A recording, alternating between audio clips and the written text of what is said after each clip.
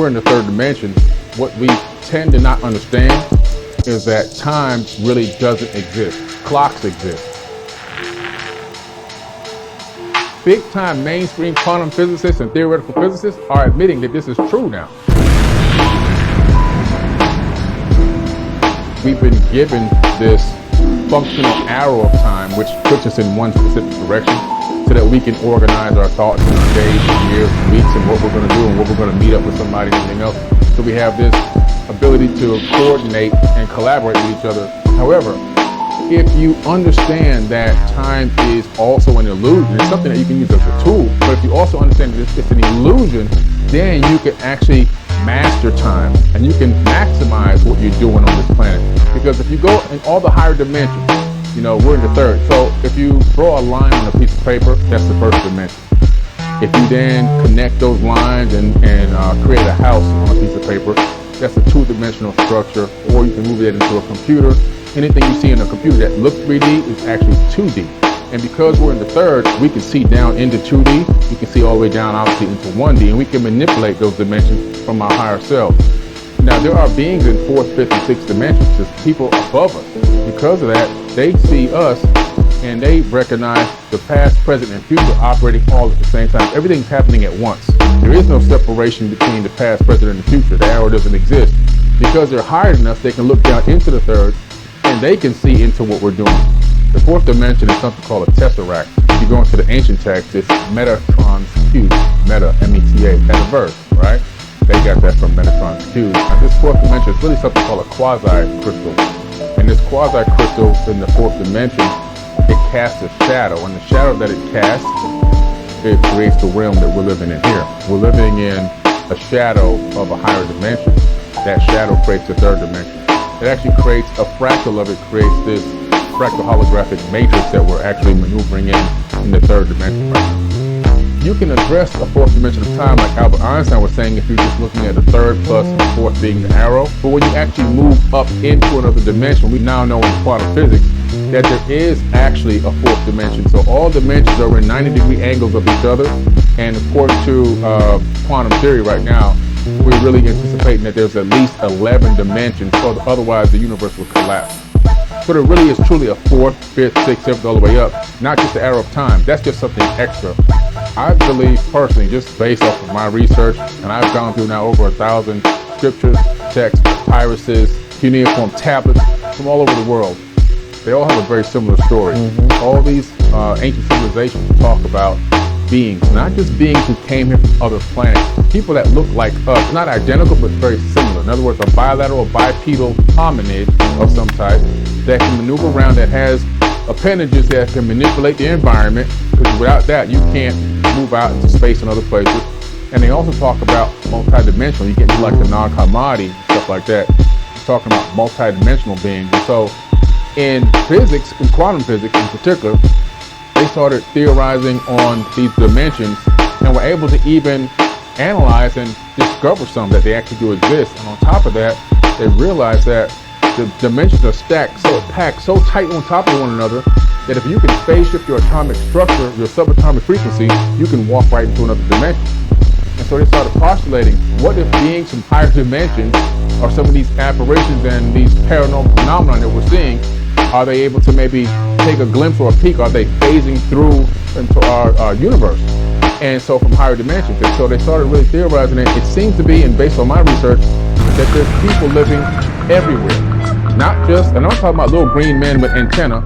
I think that there's people living all throughout this universe in the third dimension. And I think there's people living all throughout even higher multiple dimensions. Maybe at a certain level, a certain height in those dimensions. Maybe they don't have a real corporeal body, you know what I'm saying? But I believe that the consciousness is there. There's a trinary star system that we know of called Sirius, the Sirius star system, A, B, and C. B is a fail star, in other words, it ran out of fuel, turned into a white dwarf. These beings were orbiting on a planet that orbited that star, according to the Dogon, not me. Came here, they called them Nomo. The Dogons called them the Nomo.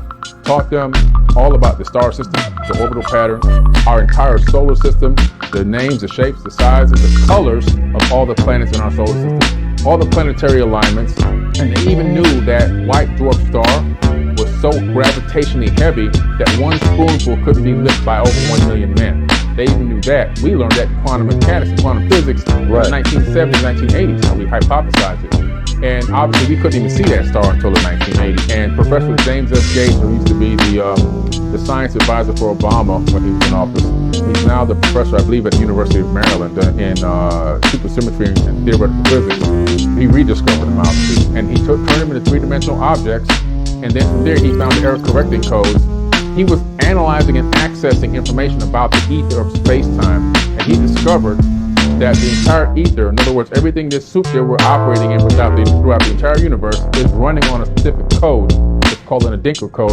It's called error-correcting codes. The same exact kind of codes that run search engines and web browsers. That's what's running the universe. One thing people don't understand is that everything in the third dimension is made of light. And so we are light and light is us. We know that the illusion of this avatar body and this chair I'm sitting on and the table that you're sitting at, what is this? This is slowed down light waves. When you slow light down and the consciousness interacts with it, it collapses it into what we call solid matter. So solid matter is actually an illusion. Right. For example, the only thing stopping my hand from going through this chair is the repulsion of the electromagnetic frequencies. I don't actually touch the chair. And so if I can phase shift the atomic frequency of my hand to match the same frequency of the atoms in this chair, I pass my hand right through it because atoms are 99.999% empty space. Because of that, we're a fractal. We have consciousness, which is also light. A fractal is when you take, for example, if you look at a hologram, and you go to one part of the hologram, one tiny piece, and look at it, you'll see the entire image in that smallest piece. The only thing you lose is a little bit of resolution. And so it's important for people to understand that this entire realm is a fractal of a whole. We're a fractal of the universe, and our consciousness, even though it's one consciousness, it's also a fractal of the main master consciousness. And it's really incredible that every thought that you think in your skull, it leaves your skull as a form of a light wave.